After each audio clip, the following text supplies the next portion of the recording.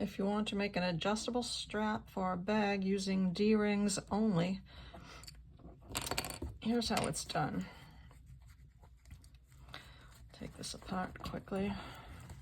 I'm using a short piece of webbing here just so the video isn't any longer than it has to be. So I have 2 D-rings already attached to the bag.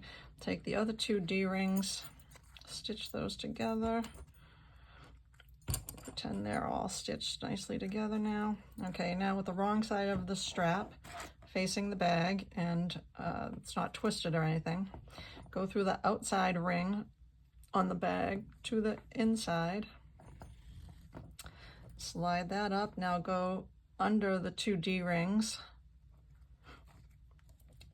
And now go through just 1 D-ring on the right here.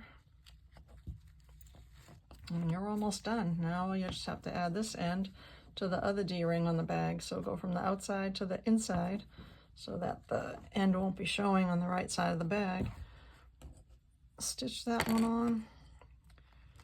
And you're done. The strap is now adjustable using D-rings only. You can also slide on these if you want a removable strap, but it's not always necessary. There you go.